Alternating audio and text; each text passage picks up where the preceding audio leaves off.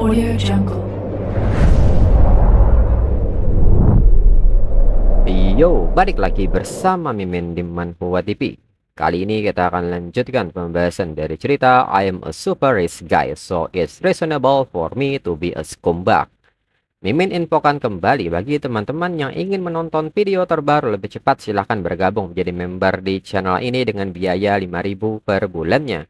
Jika tidak, teman-teman bisa bersabar lebih dulu selama 2-3 hari untuk menonton video tersebut. Tanpa berlama-lama, yuk kita masuk ke disclaimer dulu.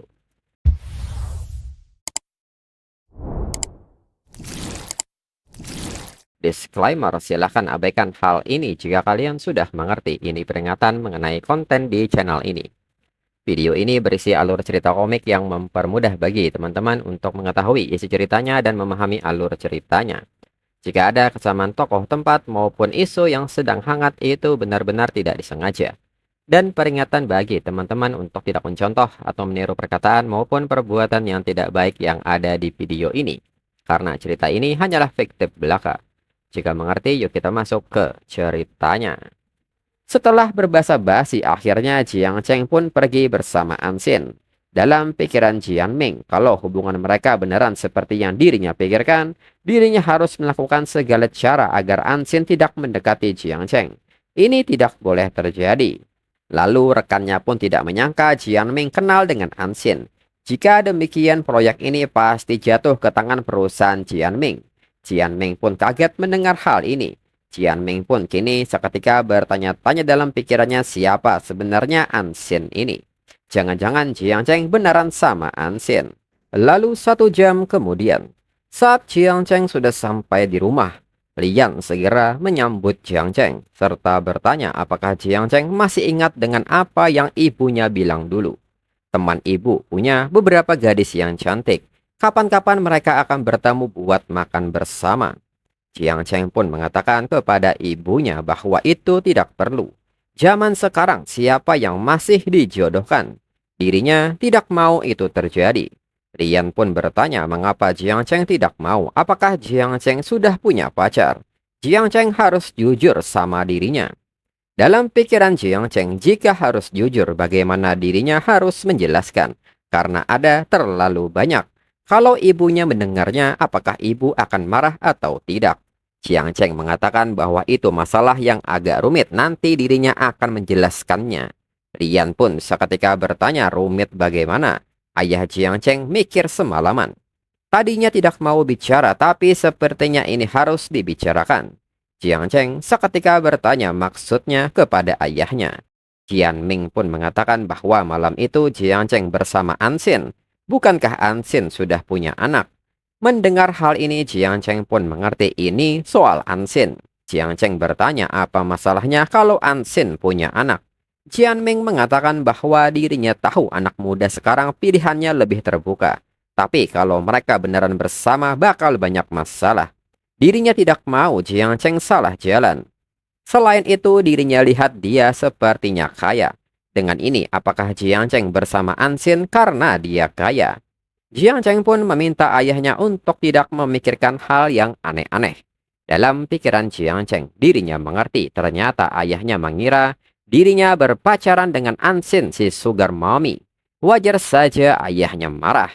Jiang Cheng pun kini meminta ibu dan ayahnya duduk lebih dulu dan dengarkan dirinya bercerita. Jiang Cheng pun kini menjelaskan perihal kejadian yang terjadi saat di Thailand. Setelah mendengarkan penjelasan Jiang Cheng, Lian pun kaget dan tidak menduga ini. Dirinya kira anak mereka sudah bikin dirinya jadi nenek. Jian Ming pun tertawa menanggapi ini, ternyata mereka salah paham. Kemudian kini saat Jiang Cheng di kamarnya, Jiang Cheng pun melihat sebuah berita terpopuler dan top trending mengenai Suwan dan Lin-Ru.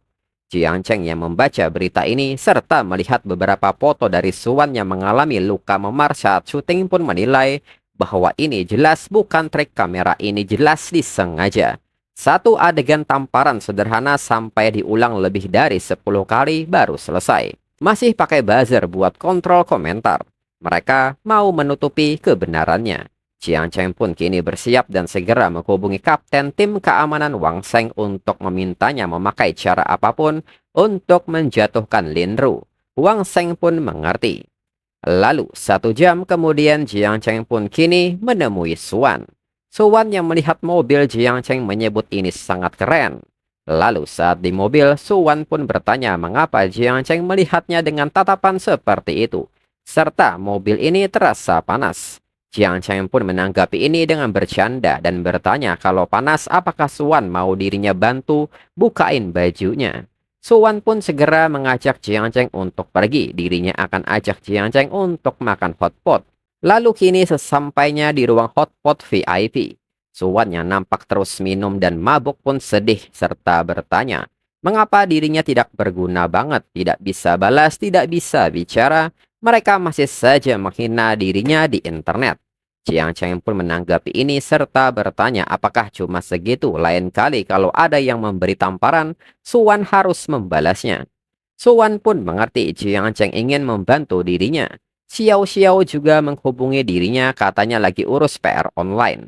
Jiang Cheng pun kini bertanya mengapa Suwan masih mengambil peran kecil itu. Bukannya sudah tanda tangan di perusahaan miliknya. Suwan pun mengatakan bahwa itu kontrak lama, tinggal sedikit lagi selesai.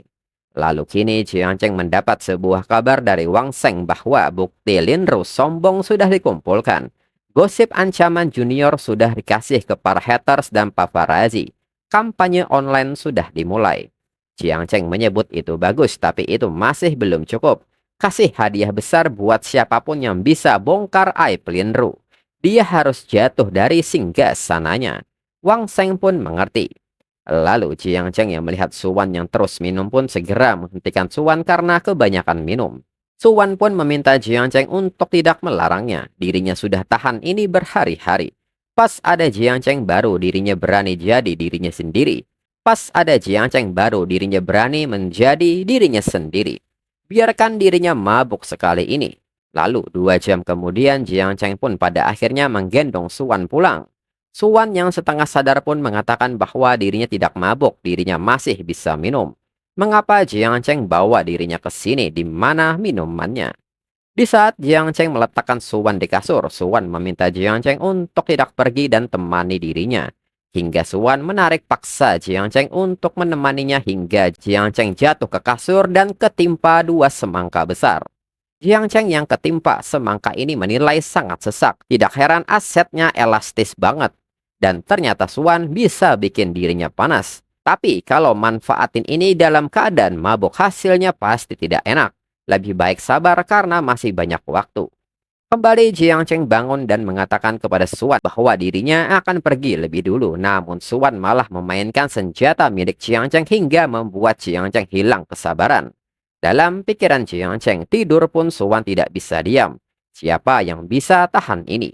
Jiang Cheng yang habis kesabaran pun mengeksekusinya sekarang. Soal lain dapat dipikirkan belakangan saja. Hingga kini Jiang Cheng memberikan salam tempelnya dan bersiap menggunakan senjatanya yang sudah diasah untuk membelah semangkanya.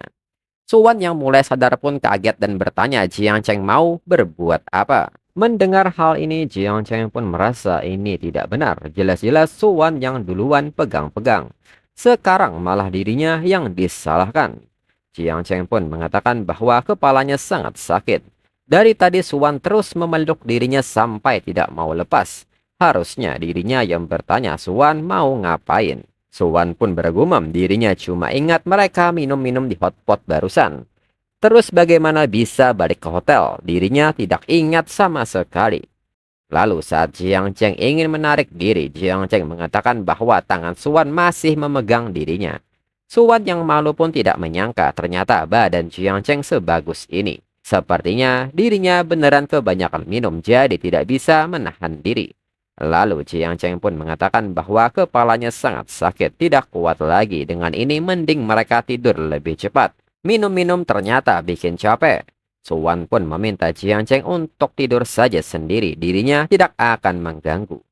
Lalu saat di kamar mandi, Suwan menilai bahwa dirinya belum pernah sedekat ini sama cowok sebelumnya. Sepertinya dirinya beneran haus akan kasih sayang. Lalu keesokan harinya saat Suwan memeriksa berita hari ini, Suwan nampak kaget dan bertanya apakah ini. Bagaimana bisa semalam keluar begitu banyak rumor negatif tentang Linru? Suwan pun bertanya apakah ini mungkin perbuatan Jiang Cheng. Jiang Cheng pun membenarkan hal itu. Apakah Suwan mengira Star City Entertainment tidak punya kuasa? Dalam pikiran Suwan, kalau di perusahaan lama dirinya tidak bakal dapat perlakuan kayak gini. Jiang Cheng bukan cuma keluar duit buat putusin kontrak, tapi juga langsung membela dirinya. Dirinya tidak tahu harus balas seperti apa. Suwan pun mengucapkan terima kasih kepada Jiang Cheng dan berjanji akan serius buat syuting. Suwan pun menekankan dalam pikirannya dirinya harus bangkit lagi biar bisa cari uang buat Jiang Cheng. Jiang Cheng pun menambahkan bahwa ini baru permulaan. Rumor segini belum cukup buat bikin Lin Ru jatuh. Tekanannya harus ditambah. Dalam pikiran Suwan, dirinya tahu Jiang Cheng kaya, tapi menjatuhkan bintang besar butuh dana luar biasa. Dan Jiang Cheng rela melakukan ini demi dirinya. Modal Jiang Cheng benar-benar menakutkan. Lalu Jiang Cheng yang melihat Suwan yang nampak diam pun mengatakan bahwa dirinya yang menargetkan Lin Ru. Mengapa Suwan yang bertingkah seperti korban? Suwan pun meminta Jiang Cheng untuk tidak berbicara sembarangan. Dirinya tidak mau jadi korban Jiang Cheng. Jiang Cheng pun bertanya, dirinya belum pernah mengorbankan Suwan. Mengapa Suwan nampak panik? Suwan pun bertanya, Jiang Cheng bisa jadi sefrontal ini, tapi mengapa wajah Jiang Cheng tetap tenang? Jiang Cheng mengatakan asal tidak peduli omongan orang, sisanya akan mudah. Kemudian di sisi lain di Shanghai Tianwang Entertainment. Kini bos Tianwang Entertainment yang bernama Chai Song mengatakan bahwa bertahun-tahun susah payah mengumpulkan 20 juta penggemar, dalam setengah hari langsung hilang jutaan penggemar. Komentar di kolom berita semakin parah. Biasanya para penggemar pandai debat, sekarang malah diam semua. Lin Ru mengatakan bahwa dirinya tidak tahu siapa yang menjatuhkan dirinya. Kemarin masih baik-baik saja. Pasti ada orang beli trending buat menjatuhkan dirinya. Manajer Lin Ru pun membenarkan hal itu. Dirinya selalu bareng Lin Ru. Dia juga syuting terus, tiba-tiba muncul gosip ini pasti ulah pesaing. Chai Song bertanya kemarin mengapa Lin Ru tampar pemeran figuran, apa ini gara-gara dia? Lin Ru menyebut itu tidak mungkin, Suwan itu cuma artis kecil yang selalu main peran sampingan, tidak mungkin Suwan pelakunya. Lagi pula tamparan itu bagian syuting. Walau ada rumor negatif, tapi justru bikin drama mereka makin ramai. Manajer Lin Ru pun membenarkan hal itu. Rumor negatif tetaplah rumor, justru lebih baik daripada tidak ada perhatian sama sekali. Chai Song mengatakan bahwa dirinya sudah beli trending lain, semoga bisa menutup rumor ini. Dan lain kali Lin Ru harus berhati-hati. Lin Ru pun mengucapkan terima kasih dan dirinya akan lebih berhati-hati. Lalu kini tiba-tiba seorang petugas masuk dan memberitahu Chai Song bahwa sebuah kabar menyebut ini adalah ulah bos dari Star City Entertainment. Dia pasang hadiah 20 juta buat siapapun yang bisa bongkar aib Lin Ru. Chai Song pun kaget mendengar nominal 20 juta ini. Chai Song seketika bertanya, apakah Lin Ru ada hubungan sama bos Star City Entertainment? Atau jangan-jangan Lin Ru selingkuh lagi? Lin Ru pun nampak kaget dan bertanya siapakah itu. Lin Ru pun bergumam bahwa dirinya memang pernah tidur sama beberapa bos. Tapi dirinya tidak ingat pernah bareng orang itu. Dirinya sama sekali tidak tahu. Chai Song mengatakan bahwa dirinya akan memberi Lin Ru kesempatan. Maka pikirkan baik-baik. Petugas pun mengatakan kepada Chai Song bahwa ini mungkin ada hubungannya dengan Suwan. Star City Entertainment baru saja memperbarui kontrak dengan Suwan dan memberikan Suwan beberapa peran utama di drama besar. Chai Song pun bertanya, bukankah Lin Ru bilang Suwan cuma pemeran figuran? Lin Ru pun mengatakan bahwa dirinya tidak tahu Suwan pindah perusahaan. Waktu itu dia bikin dirinya malu, jadi dirinya tampar Suwan saat syuting.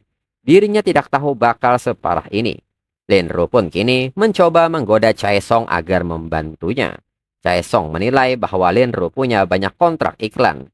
Kalau Lin Ru sampai jatuh, ganti rugi bisa sampai miliaran. Lalu Chai Song kini meminta petugas untuk mengumumkan kalau Tianwang Entertainment akan melindungi Lin Ru. Kalau Star City Entertainment keluar 20 juta, maka Tianwang Entertainment akan keluar 25 juta. Petugas pun mengerti dan akan segera mengurusnya. Lin Ru seketika mengucapkan terima kasih atas pertolongan Chai Song. Chai Song pun meminta Lin Ru mengingat ini yang terakhir. Kalau ada lagi, siap-siap Lin Ru dibekukan. Gara-gara Linro, perusahaan keluar 25 juta. Ini sangat bodoh. Kemudian kembali ke situasi Jiang Cheng. Jiang Cheng pun kini menerima sebuah panggilan video dari Xiao Xiao dan segera Jiang Cheng menjawab panggilan ini. Jiang Cheng pun bertanya, bukankah terlalu pagi buat ngajak bertemu? Xiao Xiao pun meminta Jiang Cheng untuk tidak bercanda. Dirinya baru saja dapat kabar Tianwang Entertainment keluar uang 25 juta untuk melindungi Linro. Bersamaan dengan berita ini, sebuah jendela sistem pun muncul yang mengatakan bahwa tugas khusus muncul. Bertarung demi gengsi, tugasnya adalah melawan Tianwang Entertainment habis-habisan. Semua biaya ditanggung sistem. Jiang Cheng yang melihat ini pun tertawa dan menyebut ini sangat bagus, sistem memberinya kesempatan. Sekarang waktunya adu kekuatan uang. Jiang Cheng pun kini menanggapi Xiao Xiao dan menyebut itu tidak masalah. Mereka juga langsung tambah harga, anggaran langsung 100 juta. Kalau Linro belum jatuh, dirinya akan tambah lagi. Xiao Xiao pun nampak kaget mendengar nominal ini. Begitu juga dengan Suan yang bertanya soal tambah lagi jika uang itu belum cukup. Xiao Xiao mengatakan bahwa Tianwang cuma tambah 5 juta demi gengsi. Mereka baru mulai, memang butuh gebrakan, tapi langsung 100 juta apakah tidak kebanyakan? Jiang Cheng pun bertanya soal kebanyakan ini, menurutnya itu pas lagi pula. Star City Entertainment baru berdiri, tapi dengan 100 juta ini mereka tunjukkan kekuatan biar semua orang ingat nama Star City Entertainment dan Jiang Cheng. Dalam pikiran Jiang Cheng, dirinya baru masuk ke dunia bisnis, semakin heboh di awal semakin bagus. Kalau kurang koneksi, uang bisa jadi pengganti. 100 juta ini cuma batu loncatan. Kalau harus bikin musuh, sekalian saja dirinya mau semua orang di lingkaran ini ingat Star City Entertainment dan nama Jiang Cheng. Lalu Xiao Xiao pun mengerti keinginan Jiang Cheng, dirinya akan segera sebarkan kabar ini. Dalam pikiran Xiao Xiao, sejujurnya dengan langkah sebesar ini dirinya jadi iris sama Suan. Lalu kini berpindah ke sebuah bar. Qin Fan yang membaca sebuah berita pun mengatakan bahwa Star City Entertainment menghabiskan 100 juta yuan untuk membongkar aib Linro. Qin Fan pun bertanya perusahaan siapakah ini, sangat boros. Temannya pun mengatakan bahwa dari yang dirinya dengar ini perusahaan baru dan bosnya bernama Jiang Cheng yang konon masih sangat muda. Dan nyatanya di sana ada Wang Zheng yang kaget mendengar nama Jiang Cheng. Qin Fan yang melihat reaksi Wang Zheng pun bertanya apakah Wang Zheng mengenalnya. Wang Zheng pun bertanya apakah Qin Fan lupa. Qin Fan yang menambahkannya di media sosial saat lelang. Saat itu Qin Fan langsung pergi ke luar negeri keesokan harinya dan tidak bertemu lagi setelah itu. Jiang Cheng menghabiskan lebih dari 20 juta di lelang pada hari pertama. Dan 50 juta lagi keesokan harinya. Dia bukan orang biasa. Lihat dia, Jiang Cheng memiliki aliran uang yang sangat besar di usia 18 tahun. Ketika dirinya berusia 18 tahun, dirinya bahkan tidak mampu membeli sebagian kecil dari apa yang Jiang Cheng miliki. Qin Fan pun bertanya soal umur Jiang Cheng yang baru 18 tahun. Arus kas sebesar itu menghabiskan hampir 100 juta dalam 2 hari. Apakah ini sebuah penghinaan? Dalam pikiran Qin Fan, dulu dirinya kira Jiang Cheng hanya tuan muda yang tak berpengalaman. Tetapi ternyata dia telah mengganggu Wang Qiang dan kemudian menyerang Linro. Dia orang yang cukup kejam. Qin Fan pun seketika bertanya apakah Suan pacar Jiang Cheng. Wang Zheng pun tidak membenarkan hal itu. Hubungan mereka cuma sebatas profesional. Suan baru resmi bergabung sebagai artis di perusahaan Jiang Cheng. Teman Qin Fan pun menyebut itu sangat keren. Kalau dirinya jadi Linro, mending langsung bongkar aib diri sendiri dan ambil uang 100 juta itu lalu pensiun. Qin Fan yang mendengar hal ini pun menyebut Jiang Cheng sangat menarik. Nanti dirinya akan ajak Jiang Cheng main bareng dan chapter berakhir.